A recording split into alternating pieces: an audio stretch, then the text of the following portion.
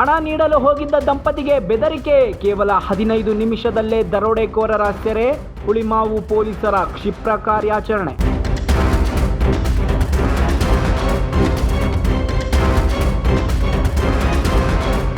Electronic city ವಿಭಾಗದ Hulimavu police ಠಾಣೆ ವ್ಯಾಪ್ತಿಯಲ್ಲಿ ನಡೆದ 1,01,00,000 ದರೋಡೆ ಪ್ರಕರಣವನ್ನು ಪೊಲೀಸರು ಕ್ಷಿಪ್ರ ಕಾರ್ಯಾಚರಣೆ ನಡೆಸಿ ಕೇವಲ 15 ನಿಮಿಷಗಳಲ್ಲಿ ಭೇದಿಸಿದ್ದಾರೆ. ಈ ಸಂಬಂಧ 8 ವ್ಯಕ್ತಿಗಳನ್ನು ಬಂಧಿಸಿ ದರೋಡೆಯಾಗಿದ್ದ ಸಂಪೂರ್ಣ ಹಣವನ್ನು ಮತ್ತು ಕೃತ್ಯಕ್ಕೆ ಬಳಸಿದ ವಾಹನಗಳನ್ನು ವಶಪಡಿಸಿಕೊಂಡಿದ್ದಾರೆ.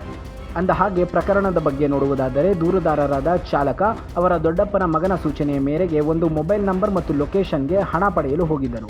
ದೂರುದಾರರು ಕರೆ ಮಾಡಿದ 15 ನಿಮಿಷದ ನಂತರ ದಂಪತಿಗಳಿಬ್ಬರು ಕಾರಿನಲ್ಲಿ ಸ್ಥಳಕ್ಕೆ ಬಂದು ಹಿಂಬದಿಯಲ್ಲಿ 2 ಚೀಲಗಳಲ್ಲಿ ಹಣ ಇರುವುದನ್ನು ತೋರಿಸಿರುತ್ತಾರೆ. ಈ ವೇಳೆ ಅಪರಿಚಿತರಾದ ಇಬ್ಬರು ವ್ಯಕ್ತಿಗಳು ಕಾರಿನ ಬಳಿ ಬಂದು ತಪಾಸಣೆ ಮಾಡಬೇಕು ಎಂದು ಹೇಳಿ ದಂಪತಿ ಹಾಗೂ ಹಣವನ್ನು ವಿಡಿಯೋ ಚಿತ್ರೀಕರಣ ಮಾಡಿದರು. ಇದನ್ನು ಪ್ರಶ್ನಿಸಿದಾಗ ಅವರು ದೂರುದಾರ ಮತ್ತು ಮಹಿಳೆಯ ಮೇಲೆ ಹಲ್ಲೆಯನ್ನು ನಡೆಸಿ ಹಣದ ಚೀಲಗಳನ್ನು ಕಿತ್ತುಕೊಳ್ಳಲು ಪ್ರಯತ್ನಿಸಿದರು. ದಂಪತಿಗಳು ಲಾಕ್ ಮಾಡಿ ಕಾರು ಚಲಾಯಿಸಿದರು. ಅಪರಿಚಿತರು ಬೈಕ್ನಲ್ಲಿ ಹಿಂಬಾಲಿಸಿ ಕಾರಿಗೆ ಗುದ್ದಿ ಬಳಿಕ ಖಾಲಿ ನಿವೇಶನದ ಬಳಿ ಕಾರನ್ನು ನಿಲ್ಲಿಸುವಂತೆ ಮಾಡಿದ್ದಾರೆ. ನಂತರ ದೂರುದಾರ ಮತ್ತು ಪತಿಯನ್ನು ಕಾರಿನಿಂದ ಇಳಿಸಿ ಅಲ್ಲಿಗೆ ಬಂದ 3-4 ಮಂದಿ ಸಹಚರರೊಂದಿಗೆ ಸೇರಿ ಎಲ್ಲರನ್ನೂ ಖಾಲಿ ನಿವೇಶನದ ಸೆಡ್ನಲ್ಲಿ ಕೂಡಿ ಹಾಕಲು ಯತ್ನಿಸಿದ್ದಾರೆ.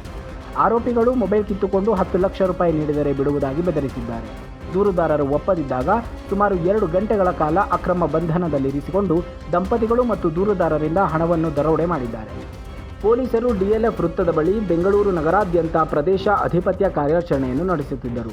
ಕೂಡಲೇ ಪೊಲೀಸರು ಕ್ಷಿಪ್ರವಾಗಿ ಕಾರ್ಯಾಚರಣೆಯನ್ನು ನಡೆಸಿ ಕೇವಲ 15 ನಿಮಿಷಗಳಲ್ಲಿ ಸ್ಥಳಕ್ಕೆ ಧಾವಿಸಿ ಸ್ಥಳದಲ್ಲಿದ್ದ 8 ಆರೋಪಿಗಳನ್ನು ಬಂಧಿಸಿದರು. ಈ ಪ್ರಕರಣ ಹುಳಿಮಾವು ಪೊಲೀಸ್ ಠಾಣೆಯಲ್ಲಿ ದಾಖಲಾಗಿದ್ದು ತನಿಖೆ ಮುಂದುವರೆದಿದೆ. ಈ ಕಾರ್ಯಾಚರಣೆಯು ಜಂಟಿ ಪೊಲೀಸ್ ಆಯುಕ್ತರಾದ ಶ್ರೀ ರಮೇಶ್ ಬಾನತ್ ಮತ್ತು ಉಪ ಪೊಲೀಸ್ ಆಯುಕ್ತರಾದ ಶ್ರೀ ಎಂ ನಾರಾಯಣ ಅವರ ಮಾರ್ಗದರ್ಶನದಲ್ಲಿ ಎಸಿಪಿ ಶ್ರೀ ಕೆಎಂ ಸತೀಶ ಅವರ ಉಸ್ತುವಾರಿಯಲ್ಲಿ ಹುಳಿಮಾವು ಪೊಲೀಸ್ ಠಾಣೆಯ ಇನ್ಸ್ಪೆಕ್ಟರ್ ಶ್ರೀ ಬಿಜಿ ಕುಮಾರಸ್ವಾಮಿ ಹಾಗೂ ಸಿಬ್ಬಂದಿಗಳಿಂದ ಯಶಸ್ವಿಯಾಗಿ ನೆರವೇರಿದೆ. ವರದಿ ಮೋಹನ್ ಕುಮಾರ್ ಎಸ್.